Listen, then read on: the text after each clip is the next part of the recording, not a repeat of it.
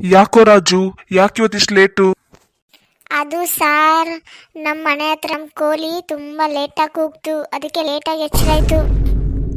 ಇಂಥ ತಲೆಹರಟು ಮಾತಿಗೆ ಏನು ಕಮ್ಮಿ ಇಲ್ಲ. ಹೋಗು ಹೋಗು, ಕೂತ್ಕೋ.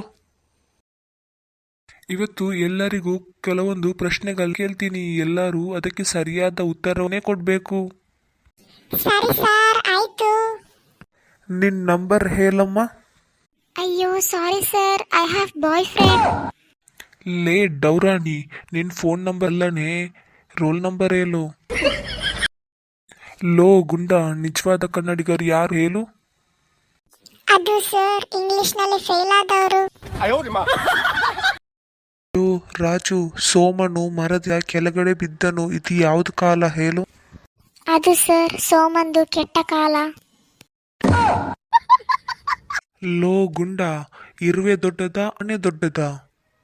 ಹಾಗೆಲ್ಲ ಸುಮ್ನೆ ಹೇಳಕ್ಕಾಗಲ್ಲ ಸರ್, ಡೇಟ್ ಆಫ್ ಬರ್ತ್ ಬೇಕು. ಅನು, ಭೂಮಿಯ ಒಳಗಡೆ ಲಾವಾ ಇದ್ರೆ ಹೊರಗಡೆ ಏನಿದೆ? ವಿವೋ ಮತ್ತು ಓಪೋ ಇದೆ ಸರ್. ಅಯ್ಯೋ ಯಪ್ಪ, ಇವ್ರು ಕೊಡೋ ಉತ್ತರಗಳು ಕೇಳಿ ನನಗೆ ತಲೆನೋವು ಬರ್ತಾ ಇದೆಯಲ್ವಪ್ಪ. ಅಯ್ಯೋ, ತಲೆ ಸುತ್ತಿದೆ.